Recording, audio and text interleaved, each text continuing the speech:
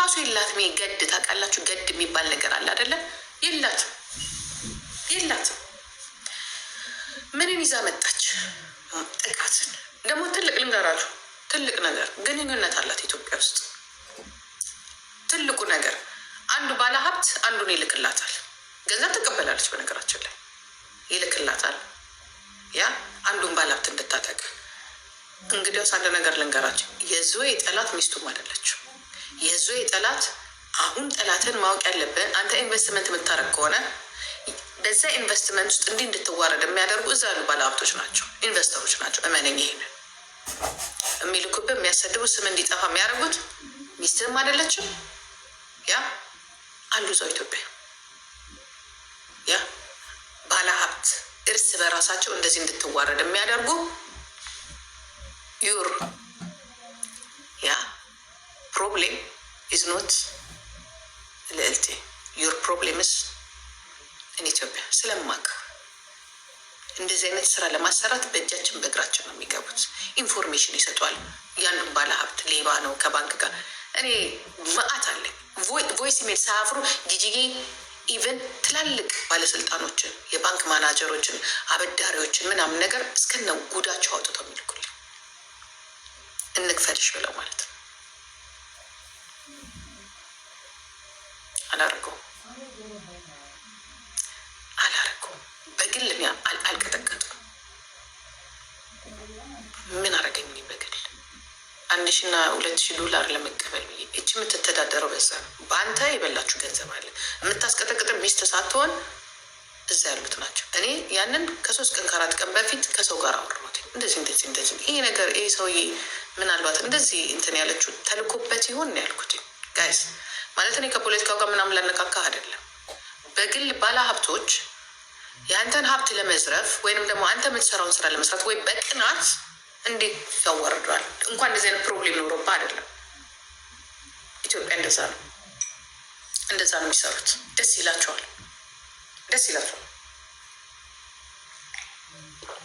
በቃ እንዲህ ነው የሚጀምሩ። ጥለህ እንድትወጣ በእነህ እንድትወጣ በተለይ ዲያስፖራ ኢንቨስትመንት ሲያደርግ እና አዲስ ሰው ሲመጣባቸው እንዲያደርጋቸዋል። ተባብረን እንስራ፣ ለሀገራችን አብረን እንኖር የሚባል ነገር የለም። ሉክ ዴት ፔሊሲ ፊራ ሌሎች ባለሀብቶች የሚጣሉት በዝሆኖቹ ነው። ዝሆኖቹ በግልገሎቹ ነው የሚጣሉት። ዝሆኑ ነው የሚልከው ያንን ነገር። ይህን ሰውዬ ቀጥቀጩ። ምክንያቱም እነሱ ሰርተው ሳይሆን ዘርፈው ያመጡት ገንዘብ አለ፣ ዘርፈው ያመጡት። ስለዚህ ምንድን ነው የሚሉት? ይሄ ብር ይላክልሻል፣ የዚህ ሰውዬ ሚስጥር አለ፣ ይጅበት። መንሱርን እንደዛ ነው ያደረጉት። አሁን መንሱር አርፏል። በቃ ተቀጥቅጦ አርፏል። ይህንን የሚያደርጉት ግን ባለ ሀብቶቹ ናቸው።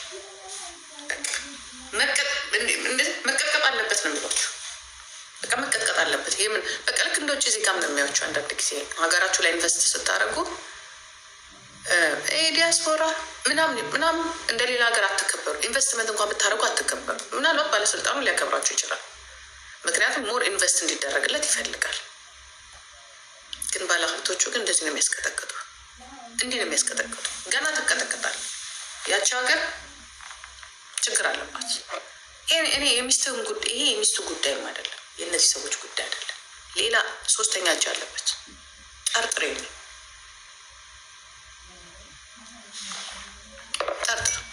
መጠርጠር። እቺ ባለጌ ገና ታለቅሻለሽ። አንቺ የሚያስለቅስሽ ልጆችሽ አይደሉም የተደበደቡበት፣ ስለተከፈለሽ ነው። እና ስታወራኝ ገና ታለቅሻለሽ። ጀምን ባ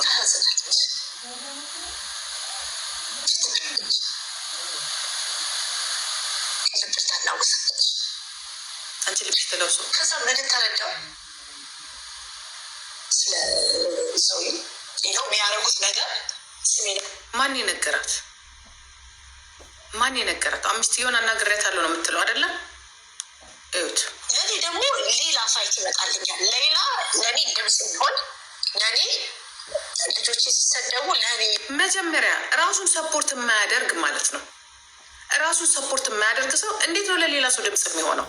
አንቺ ይህንን መቆጣጠር ካቃተሽ እንዴት ነው አንቺ ያችን ሴት ነፃ የምታወጪው?